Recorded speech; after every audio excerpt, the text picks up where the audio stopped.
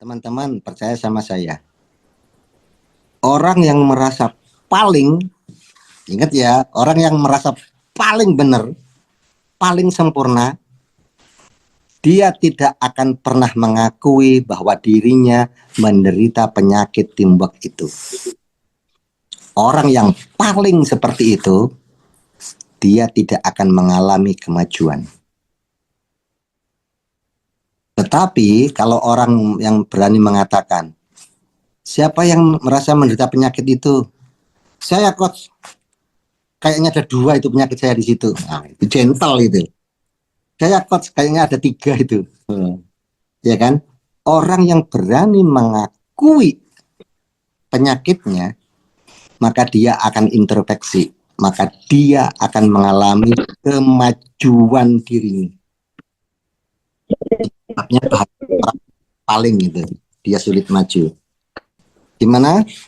Ada yang tanya tadi. Penyakit. Iya, gimana katanya ngobatinnya? Ya, boleh dicatat tanpa penjelasan. Penyakit teamwork nomor 1. Berpikir kumpul atau home sharing itu nggak penting. Itu penyakit. Nomor 2, budaya ngutang kepada tim. Entah itu kepada mitra, entah itu kepada mentor, entah itu kepada anggota tim lain di situ. Budaya ngutang. Yang ketiga, prasangka buruk terhadap anggota tim, ya. Nah, kemudian nomor 8, komunikasi yang buruk. Kemudian nomor 5, ngomongin atau ngegosipin atau ngegibahin anggota lain di tim. Nomor 6, tidak disiplin di dalam kegiatan tim. Mentornya tidak disiplin di dalam membuat kegiatan. Kalau mentornya disiplin, Anda sebagai anggota menghadiri.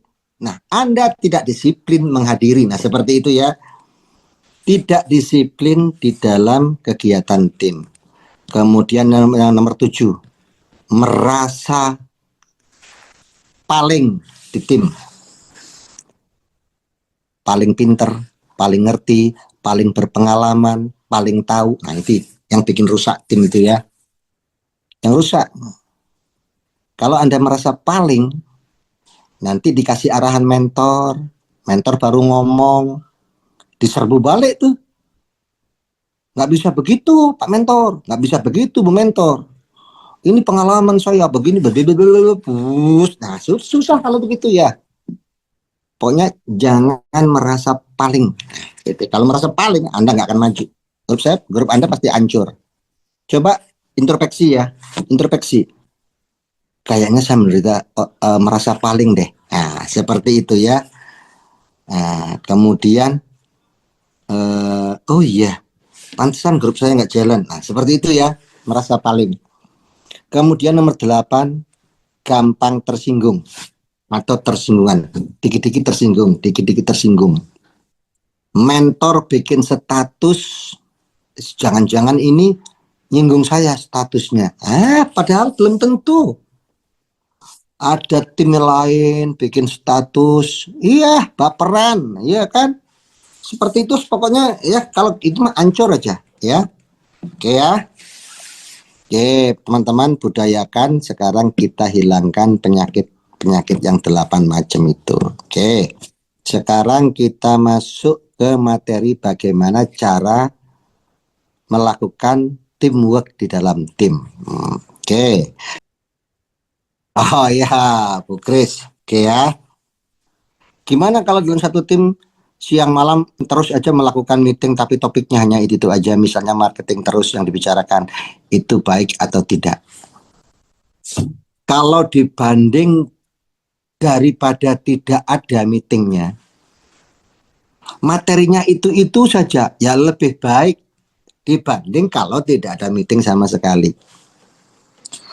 Tetapi akan lebih baik lagi kalau meetingnya ya gonta-ganti materinya, begitu ya. Kalau gonta-ganti materinya itu pasti lebih baik dibanding yang materinya itu-itu saja. Tapi yang materinya itu-itu saja itu lebih baik dibanding tidak ada kegiatannya, begitu ya. Oke, teman-teman. Saya ingin menyampaikan sedikit mengulas lagi pelajaran di HTSNet bagaimana cara bekerja sama di dalam tim. Nah, ini biar tidak salah kaprah. Kembali kepada istilah. Apa yang harus Anda lakukan tim? Yang pertama adalah saling edifikasi. Edifikasi itu apa? Edifikasi itu menceritakan sesuatu atau seseorang menceritakan sesuatu atau seseorang, tapi yang hebat-hebatnya, yang bagus-bagusnya, yang tujuannya adalah orang lain jadi tertarik. Nah, begitu ya. Contoh ini. Anda ketemu teman, mau mengundang teman ke acara seminar, misalkan ya, ke acara seminar. Jangan cuman mau tambahan penghasilan enggak? Lumayan loh. Sebulan 10 juta, lumayan loh, sebulan 20 juta. Mau enggak? Nanti acaranya hari Minggu, sama saya datang ke sana. Nanti dijemput. Boleh nggak gitu? Boleh. Tapi kurang sempurna, Pak. Di dalam kelompok kerja, di dalam kelompok tim ini, ketika tim membuat satu seminar, di sana ada teman yang lain, di sana ada leader, ada mentor, tugas Anda yang pertama adalah satu. Kalau mau mengundang orang, edifikasi acaranya. Jadi Anda bilang, misalkan Anda punya teman, sebut saja namanya Aldo. Ini Bang Aldo. Saya pikir masalah yang kamu alami saat ini, itu akan ketemu jalan keluarnya, Do. Kalau kamu mau menghadiri acara nanti, pertemuan di hari Minggu nanti, acaranya, seminarnya itu keren, Bang Aldo. Acaranya di Bandung, tahu nggak yang datang itu? Nggak hanya orang Bandung, orang Cianjur datang, orang Garut datang, kadang-kadang orang Jakarta aja datang. Karena itu acaranya keren, Bang Aldo. Kenapa saya bilang keren? Karena acara itu bukan hanya kumpul-kumpul, karena acara itu benar-benar memberikan solusi. Orang yang dulu bingung bagaimana cara utangnya lunas, itu setelah hadir ke situ, dia ketemu jalannya dan akhirnya banyak yang lunas tuh. Orang yang dulu budaya kalau beli motor, beli mobil itu kredit dan akhirnya pusing dengan cicilannya. Nah, mereka yang hadir ke seminar itu, dia paham. Akhirnya mereka itu tahu nggak sekarang? Bisa punya motor, bisa punya mobil, dan semuanya nggak ada yang kredit, semuanya beli cash. Serius, tuh. Itu seminarnya keren banget. Nah, itu Pak namanya edifikasi. Edifikasi acaranya. Kemudian tambahin lagi. Tahu nggak? Itu yang datang dari Bandung, dari Garut, dari Tasik, dari Jakarta. Itu kapasitasnya paling cuma 200. Sementara yang datang banyak. Saya saja, kuota saya, kuota undangan saya, cuma kebagian 2. Rebutan, cuma kebagian 2. Kan acaranya bagus ini. Nah, 2 ini maksud saya, ayo kita datang bareng. Kita gunakan jatah 2 ini. Aku sama kamu, Dok. Datang loh, keren. Edifikasi acaranya. Kemudian edifikasi leadernya.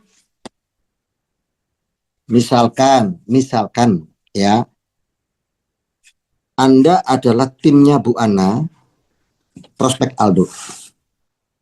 Nah, nanti gini dok, di seminar itu ada mentor senior saya.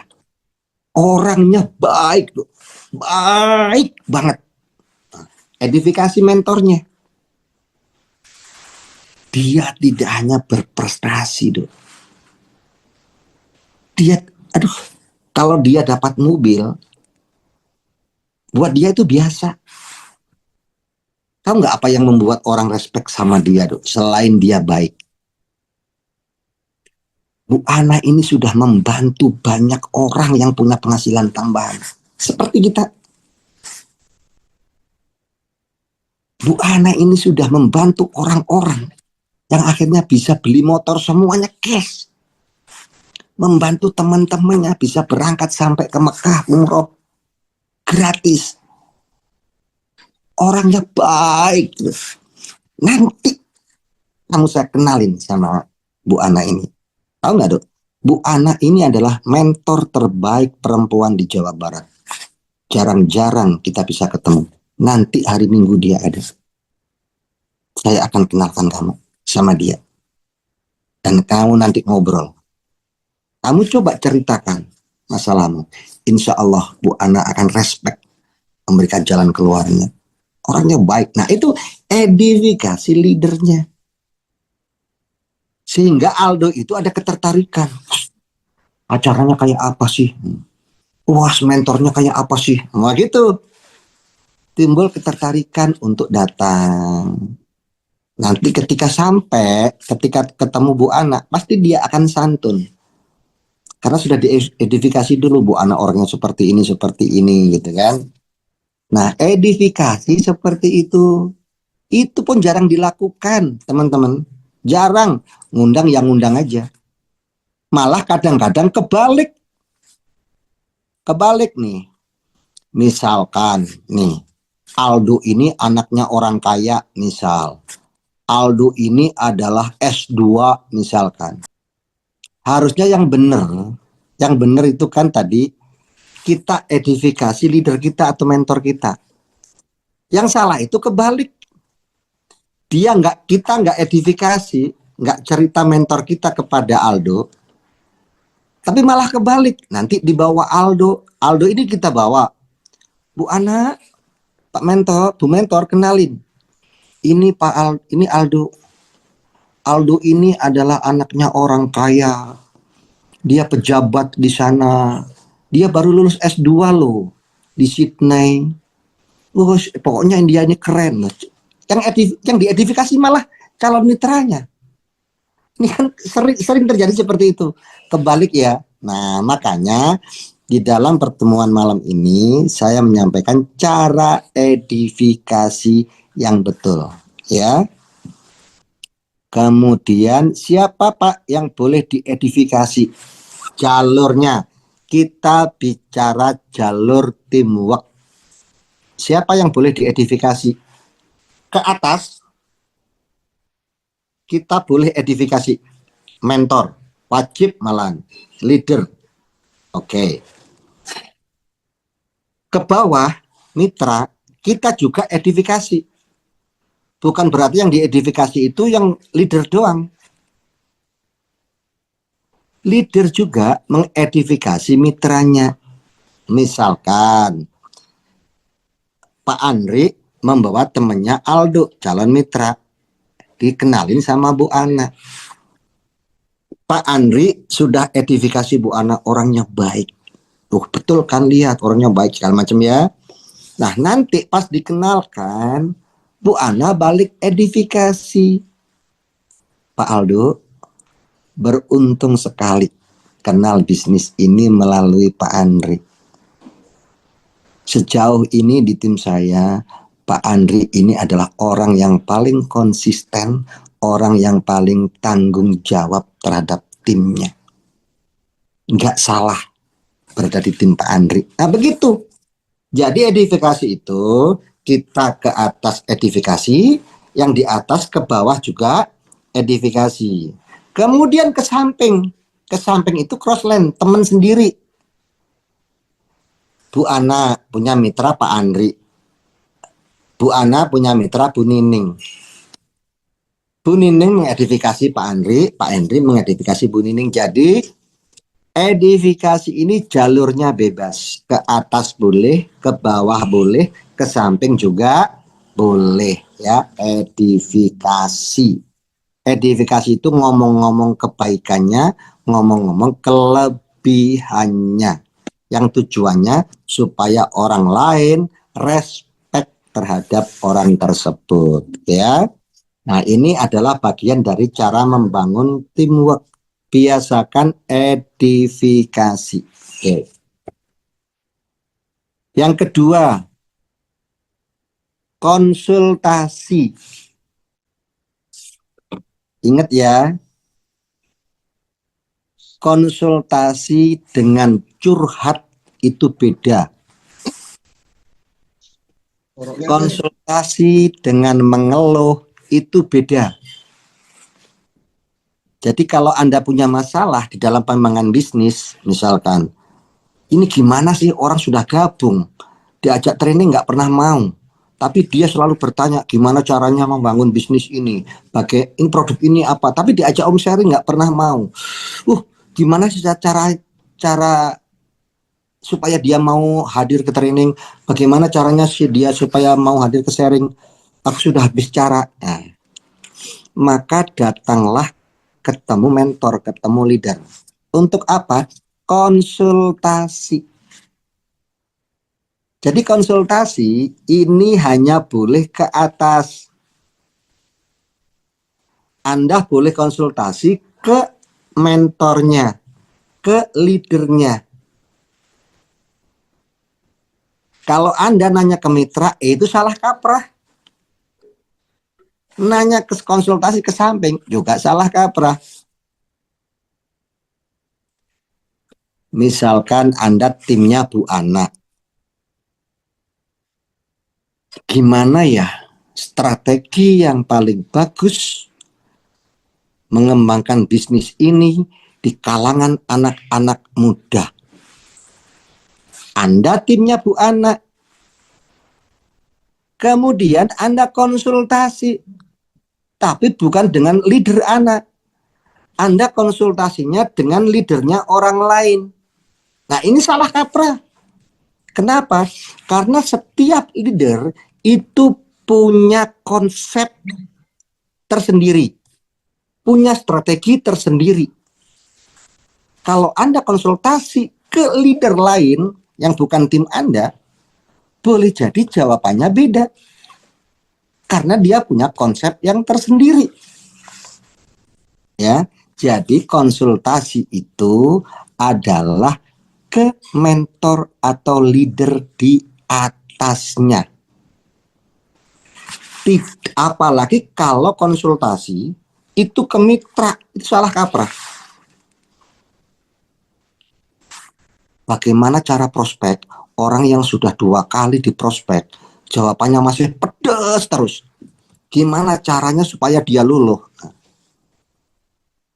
Kemudian cerita ke crossline, konsultasi ke mitra. Itu nggak salah, jalurnya salah. Jadi kalau Anda punya masalah, konsultasinya adalah ke atas ya. Kalau edifikasi kan ke atas, ke bawah, ke samping boleh. Tapi kalau konsultasi harus ke atas. Harus ke atas ya, harus ke atas. Nah, jangan sampai Anda konsultasi ke mitra. Itu pasti salah itu jalurnya ya. Atau konsultasi ke leadernya orang lain, bukan tim Anda. Itu juga salah. Nah, itu juga salah. Oke ya. Jadi saya sampaikan ini supaya Anda tahu jalurnya. Edifikasi ke atas, ke bawah, ke samping. Boleh. Konsultasi harus ke atas. Ingat ya, konsultasi. Kalau ketemu leader, yang dibicarain itu konsultasi tentang pengembangan bisnis ini. konsultasi tentang pemecahan masalah di bisnis ini, bukan curhat. Kalau Anda cerita tentang nunggak cicilan, nunggak bayar kontrakan, itu bukan konsultasi, itu namanya curhat, ya. Konsultasi kepada leader, leader melayani konsultasi, tapi bukan curhat, ya. Kalau curhat mah ada forumnya tersendiri, tetapi dalam hal kaitan membangun teamwork, konsultasi harus ke leader, ya. Ini jalurnya konsultasi ya, saya ulang lagi, bukan curhat. Oke ya. Kemudian yang ketiga adalah no cross learning. No cross learning itu begini, misalkan Anda timnya Bu Ana. Anda timnya Bu Ana nih misalkan. Terus Anda pergi bareng prospek dengan timnya orang lain.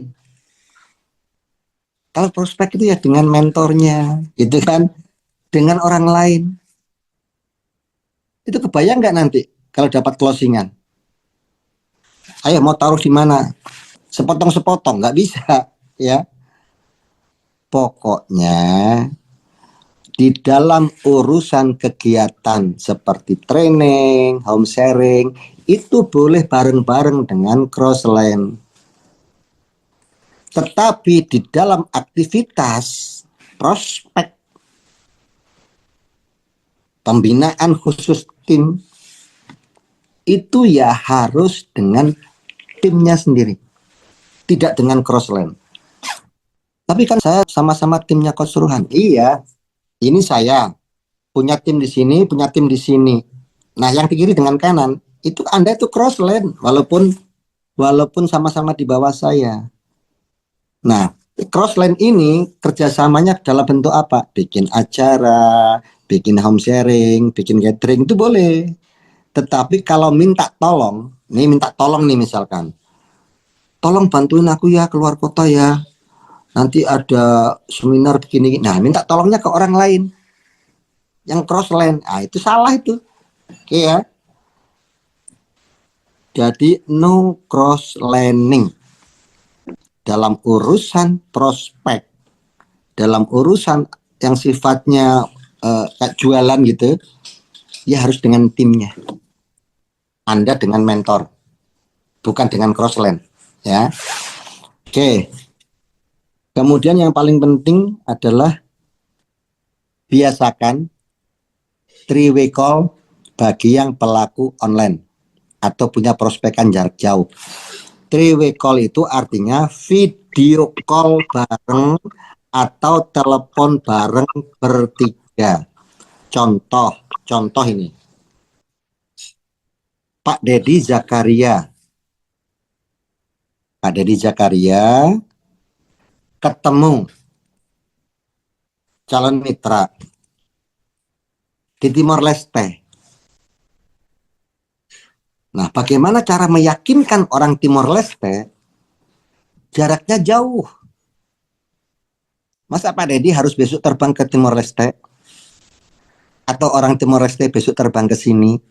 Zaman sudah canggih. Maka gunakan fasilitas 3-way call, telepon bertiga untuk meyakinkan itu. Nah, caranya bagaimana? Nah, ini caranya. Langkah pertama dipakai edifikasi seperti yang dilakukan Pak Deddy, cerita sama teman di Timor Leste. Nanti saya kenalin dengan mentor saya yang di Bandung. Namanya Coach Ruhan, beliau itu begini bla bla bla bla. Itu namanya edifikasi. Nah, setelah itu bikin jadwal ulang, disambungkan telepon bertiga. Nah, di kesempatan itu Pak Deddy mengenalkan, oh iya Bu Christine, Pak Agusto, ini coach saya yang di Bandung, beliau begini. Oh iya coach, ini adalah teman dari Timor Leste, ada Bu Christine. Nah seperti itu ya. Kemudian silahkan ngobrol. Nah, Maka ketika itu dimanfaatkan, seorang leader dia akan ambil peran untuk meyakinkan calon mitranya tadi. Seperti itu ya.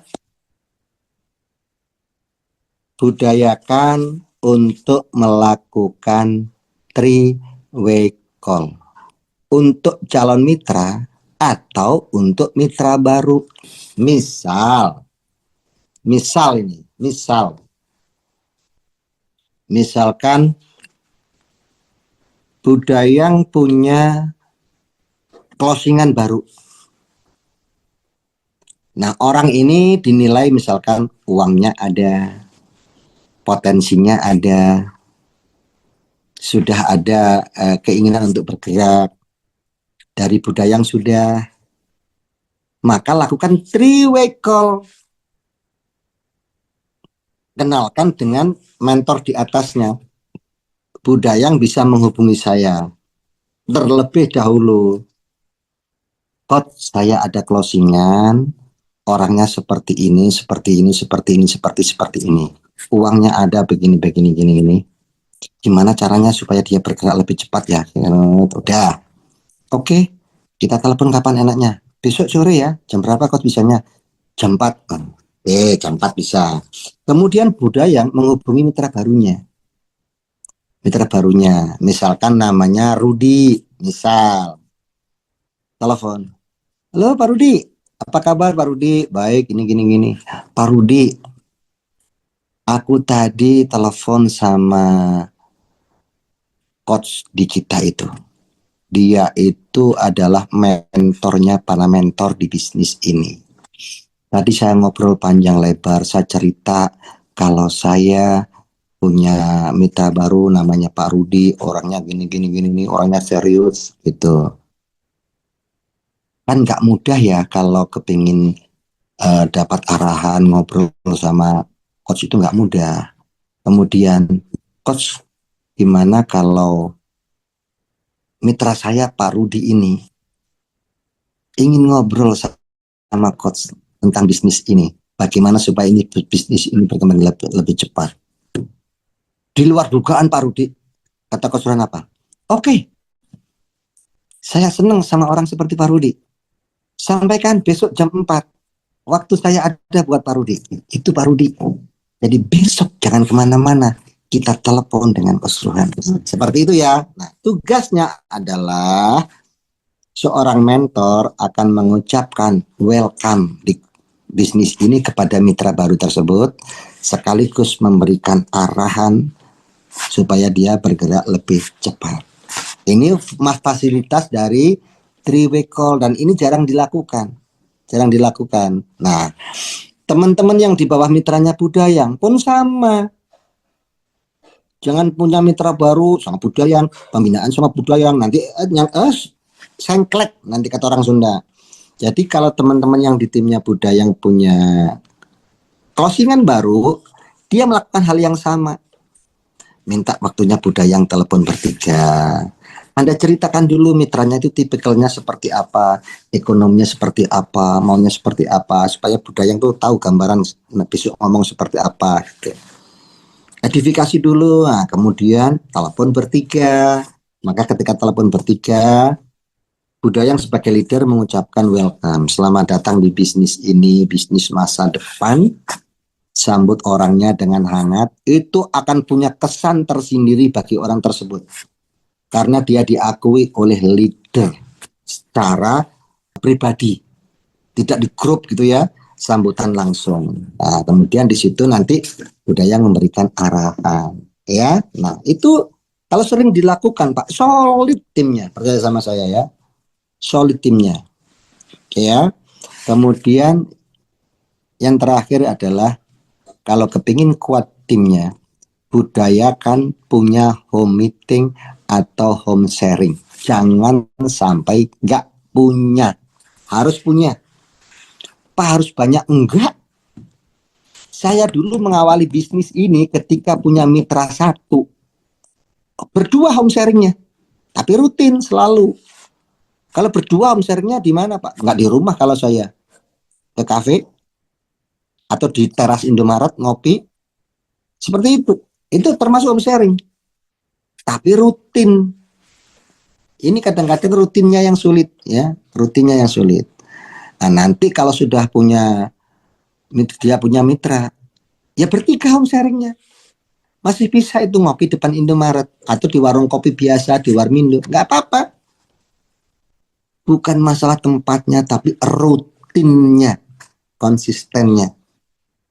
Kalau Anda punya home sharing, percaya sama saya, grup Anda pasti kuat.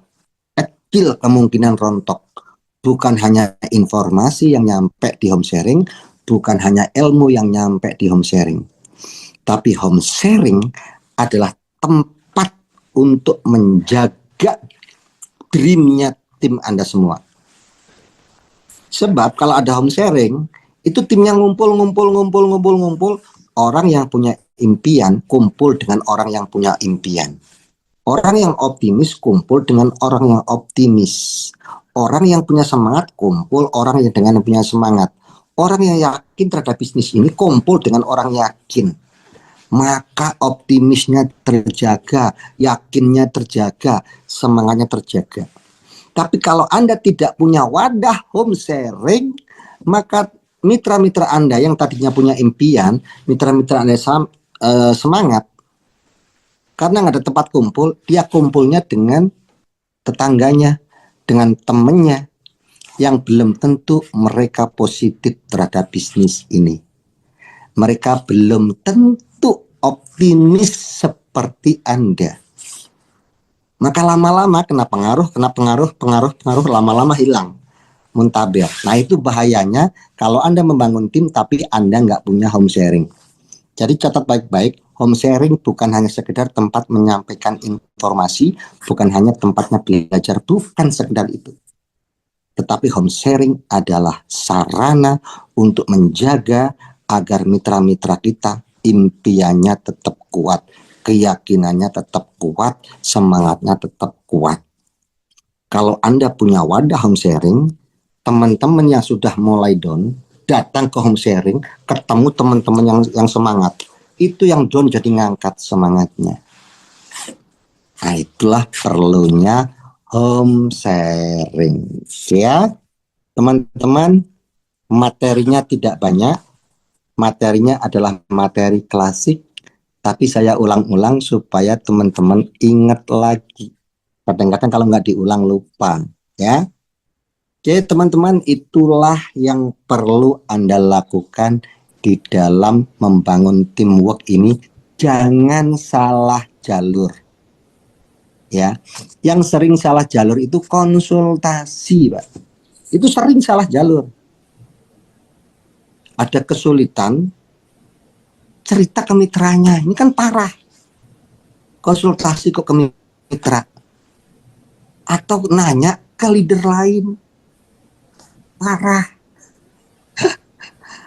Ya, jadi kalau konsultasi harus ke atas. Anda punya masalah di bisnis ini, aduh mentor saya nggak ada, ketemu mitra, tahan. Jangan bertanya kepada mitra, bertanya, konsultasi harus ke atas. Ini jalurnya seperti itu. Kalau edifikasi bebas jalur ya. Nah maksud saya teman-teman supaya paham, kalau Anda paham seperti ini, pasti nanti yang namanya rahasia tim itu akan terjaga karena ada jalurnya. Strategi tim itu juga akan terjaga karena semuanya sesuai jalurnya. Oke ya teman-teman, semoga materi klasik ini mampu menjadi gairah baru lagi buat teman-teman Anda di dalam membangun tim ini ya. Saya kembalikan lagi kepada Ibu Ana Hendra. Ya, terima kasih Coach. Masya Allah ya, luar biasa teman-teman. Materi malam hari ini daging banget ya.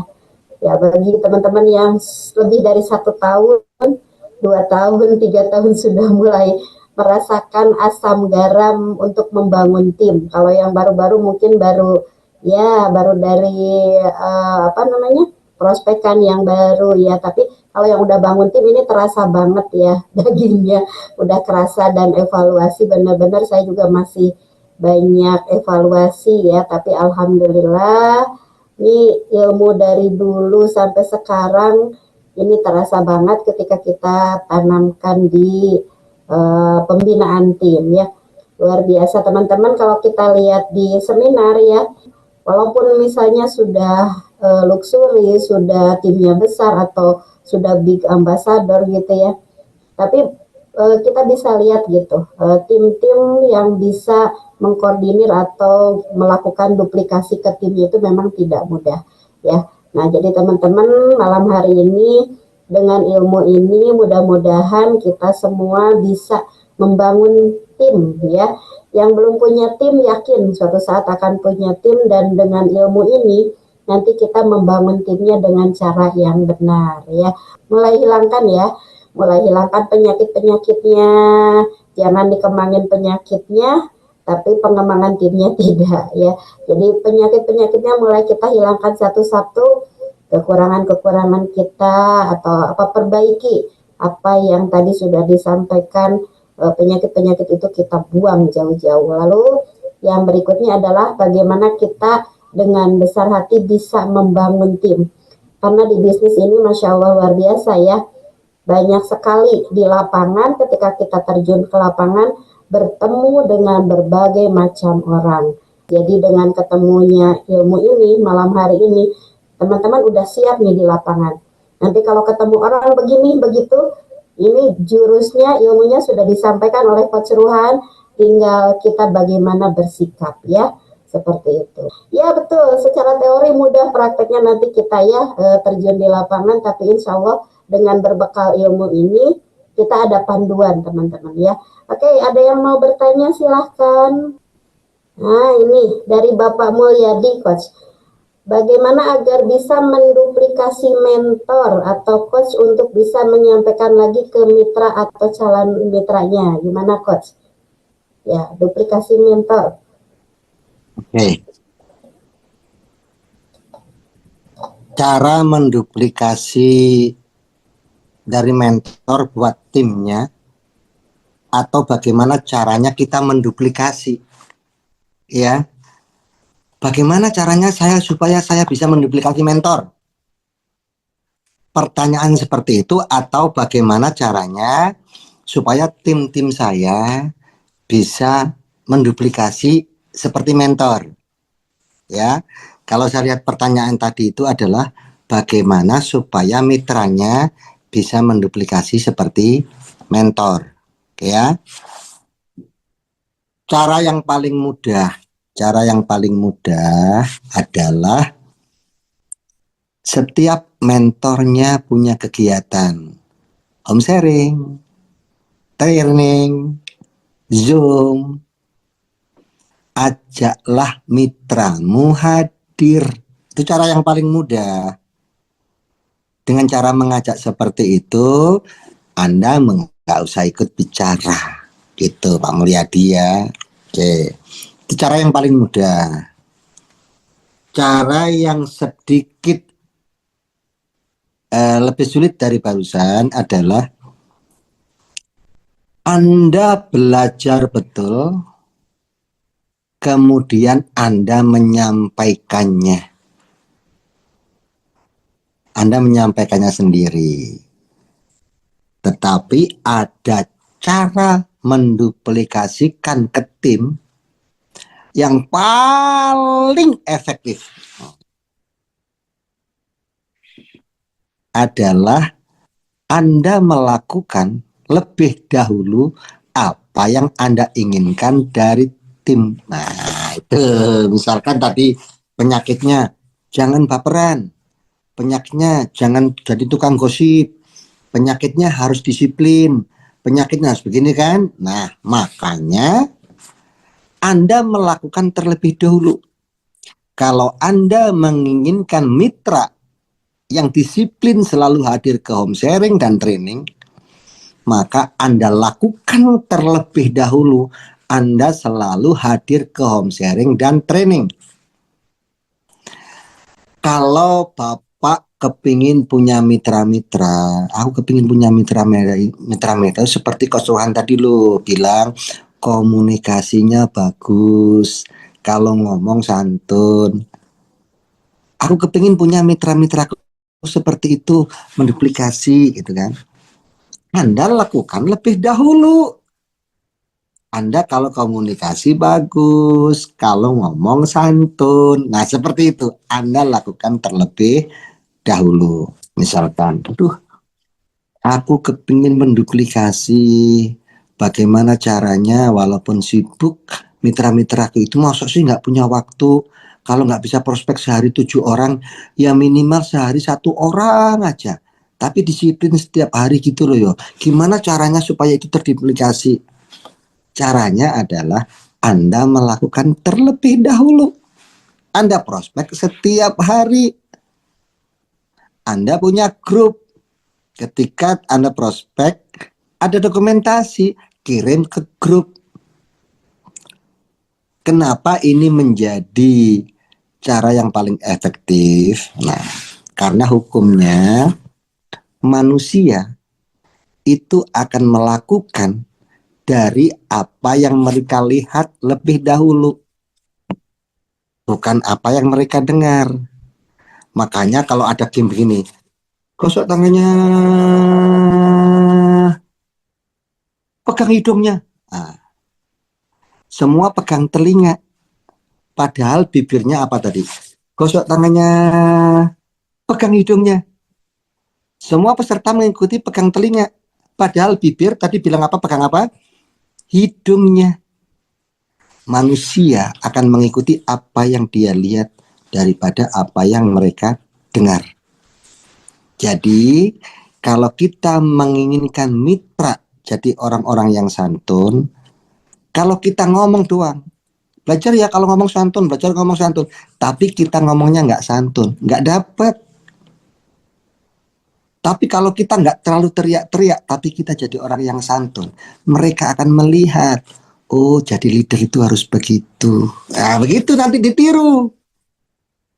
Nah kemudian kalau mau sukses di bisnis ini, kalau mau tumbuh, kalau mau solid grupmu, harus disiplin. Kalau ada home sharing datang, kalau ada training datang, kalau ada seminar datang, nggak boleh ada alasan kalau mau sukses. Tapi kitanya nggak pernah ada di home sharing, nggak ada di training. Tetap yang ditiru itu adalah apa yang dia lihat. Ngomong doang, kan leader juga nggak pernah ada. Yang ditiru itu adalah tindakannya. Tetapi kalau kita tunjukkan setiap ada training kita hadir, ada home sharing hadir, kita Zoom juga hadir, ya kan? Maka mitra-mitra akan melihat, oh, cara membangun bisnis ini kalau mau besar, tuh lihat leader kita. Selalu hadir ke setiap pertemuan, nggak pernah absen. Nah begitu, itu cara menduplikasi yang paling efektif. Kemudian bagaimana supaya mitra-mitra kita tiap hari prospek? Ya kita tunjukkan, kita tiap hari prospek. Lagi prospek ada videonya, kirim ke grup. Kita prospek, ada fotonya, kirim ke grup. Nanti mereka akan melihat. Tuh, leader saja, mentor kita saja masih prospek.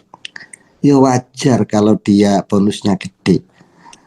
Berarti kita kalau mau gitu ya harus kayak dia gitu.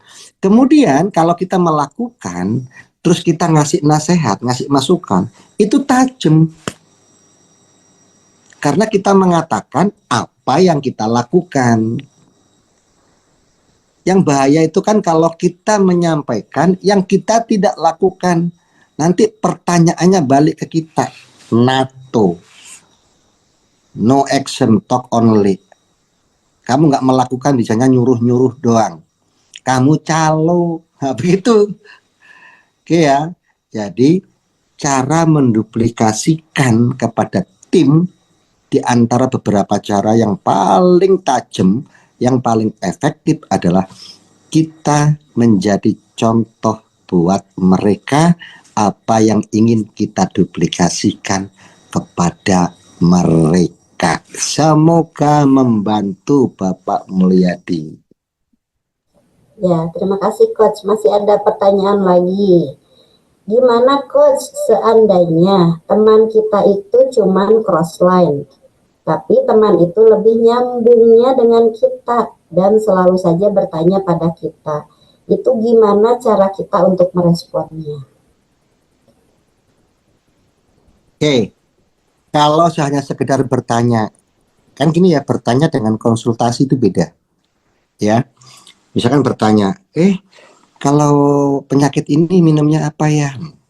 Cara pakai pupuk itu seperti apa ya?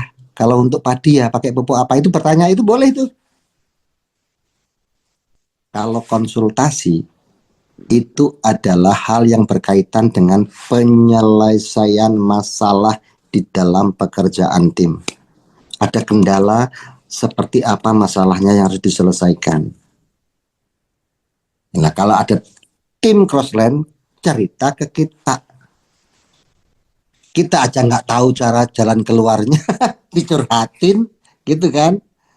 Jadi cara yang paling bagus bukan soal nyaman atau tidak.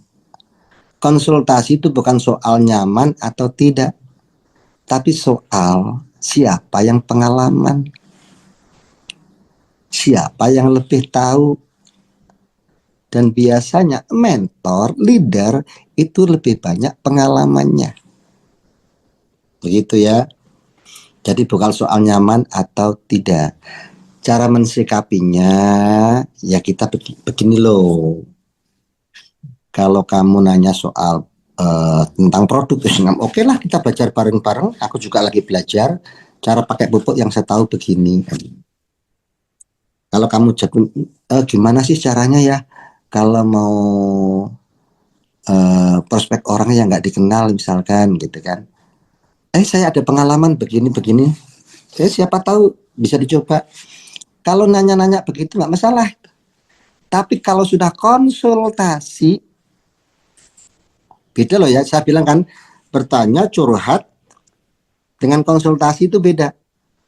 Misalkan, ini timku yang satu. Ini lagi ada masalah dengan sebelahnya. Kenapa? Ini masalahnya, dia punya prospekan, diprospek sama ini. Tapi ternyata dia itu teman sekolahnya si Anu. Ya rebutan segala macam. Gimana cara ngatasinya bro? Itu kan perlu konsultasi ya. Maka Anda sebagai crossline, sebaiknya kamu konsultasikan kepada mentormu. Mentormu pasti lebih tahu langkah apa yang harus diselesaikan. Itu bukan ranah saya sebagai teman. Karena setiap leader itu punya strategi masing-masing. Nah, begitu ya. Jadi kalau konsultasi itu ranahnya arahkan ke mentornya. Tapi kalau hanya sekedar bertanya-tanya urusan produk atau urusan kecil gitu ya nggak apa-apa. Ya, teman-teman, semoga membantu. Satu lagi Coach. Bagaimana caranya memotivasi mitra-mitra yang susah untuk ikut Zoom? Apa nggak paham nih aplikasinya? Iya. Iya. Satu, teman-teman harus tahu dulu. Kan bilang teman-teman, itu aku diajak Zoom susah. Diajak Zoom susah. Masalahnya bukan diajak Zoom susah. Di handphonenya aja nggak ada aplikasi Zoom. Kadang-kadang diinstal aplikasi Zoom-nya. Nggak tahu cara bikin akunnya. Ya, jadi caranya adalah diedukasi terlebih dahulu, ngobrol pelan-pelan. Misalkan, gini loh, meet, ngomong ke mitra. Ini kan kalau misalkan gini, kalau kita ke rumahnya Coach Rohan kan jauh itu di Bandung. Kalau kita mau ngongkos juga berapa? Nah, sementara materi-materi yang saya Coach Rohan itu banyak yang bagus pokoknya. Dibagus-bagusin, edifikasi. Ya, edifikasi. Nah, orang-orang itu apa ya? Sampai orang lain yang bukan timnya saja itu pada rebutan loh ikut Zoom itu. Kan materinya memang bagus-bagus. Tahu nggak? Itu kalau ikut trainingnya bayarnya mahal. Kalau ikut training di hotelnya bayarnya itu mahal. Yang ikut Zoom itu kan gratis. Kayaknya manfaat itu. Ilmu dari Tuhan ini. Kenapa kemarin nggak ikut Zoom? Nah, ditanya apa kendalanya? Mungkin kendalanya satu, handphonenya nggak ada Zoom-nya. Yang kedua, mau install memori penuh. Atau yang ketiga, nggak ada kuotanya, Pak Lidl. Nggak ada kuotanya. Nggak ada kuotanya. Jadi cara menghidupkan bagaimana? Ya fasilitasi. Fasilitasi, misalkan punya tim di sana, ada beberapa orang. Oke, bagaimana kalau gitu kita pasang wifi? Sebulan kan 250.000 nih. Kita kan 5 orang nih. Patungan, bagaimana? 50.000 ewang. Saya 50.000, kamu 50.000. Pakai sepuasnya dalam waktu 1 bulan. Bagaimana kalau gitu? Nah, gitu ya. Dikasih solusinya supaya hidup. Karena gini, mitra kita nggak hadir Zoom, belum tentu nggak kepingin. Boleh jadi ada kendala lain yang kita tidak tahu persis apa kendalanya. Karena mitraku juga banyak, kenapa nggak pernah ikut Zoom. Dan ngisi kuota 20.000, baru pembukaan habis. Nah, caranya bagaimana supaya kuat? Wifi. Caranya bagaimana? Kasih solusi. Kamu nggak punya wifi? Ya. Kamu tahu nggak? Di belokan itu ada Warmindo. Warmindo itu ada wifi gratis. Makan Indomie di situ. Kenyang. Dapat wifi penuh. Ikut Zoom. Masih solusi. Begitu ya. Teman-teman, begitu seperti kalau kuota ada, handphone ada, aplikasi ada, tapi kenapa nggak pernah ikut mau Zoom? Ya, ya mungkin edukasinya yang kurang. Dulunya pernah ikut Zoom, seperti yang disampaikan Bu Kris, tapi tiap Zoom yang diomongin ya itu lagi, itu lagi, itu lagi. Sehingga muncul kebosanan gitu ya. Akhirnya tiap Zoom ngomongin bonus sponsor, bonus pasangan. Nanti Zoom lagi bonus sponsor, bonus pasangan, reward. Nanti Zoom lagi bonus sponsor, bonus pasangan, reward. Ya lama-lama diajak Zoom juga nggak mau gitu. Nah, sekarang bagaimana supaya mau ikut Zoom? Edukasi, dikasih informasinya. Zoom yang ini beda loh. Semua orang itu kalau mau ikut Zoom tahu ini enggak. Orang-orang yang sudah jadi mereka bawa pulpen, mereka bawa buku, mencatat. Ini beda Zoom-nya. Nah, itu diedukasi kepada mitra-mitranya bahwa ini beda dengan Zoom yang diikuti dia sebelumnya. Gitu ya. Saya kembalikan kepada Ibu Ana Hendra, orang paling tercantik di Zoom ini. Masya Allah. Terima kasih Coach. Masya Allah teman-teman semua. Alhamdulillah luar biasa daging semua ini ya ilmunya. Mudah-mudahan teman-teman dengan ikut Zoom malam hari ini kita menambah lagi percaya diri kita untuk mengembangkan tim kita dan mudah-mudahan ini menjadi pembakar semangat ya. Mudah-mudahan malam ini menjadi malam yang penuh berkah buat kita semua ya. Baik, terima kasih. Kita tutup dengan bagi yang muslim saya pimpin dengan kifarat majelis dan hamdalah. Subhanakallahumma wa bihamdika asyhadu alla ilaha illa anta astaghfiruka wa atubu ilaik. Alhamdulillahirrahmanirrahim. Mohon maaf atas segala kekurangan. Terima kasih Coach Ruhan untuk ilmunya sangat luar biasa. Terima kasih teman-teman yang sudah hadir. Saya Ana dari Bandung, pamit undur diri. Wassalamualaikum warahmatullahi wabarakatuh.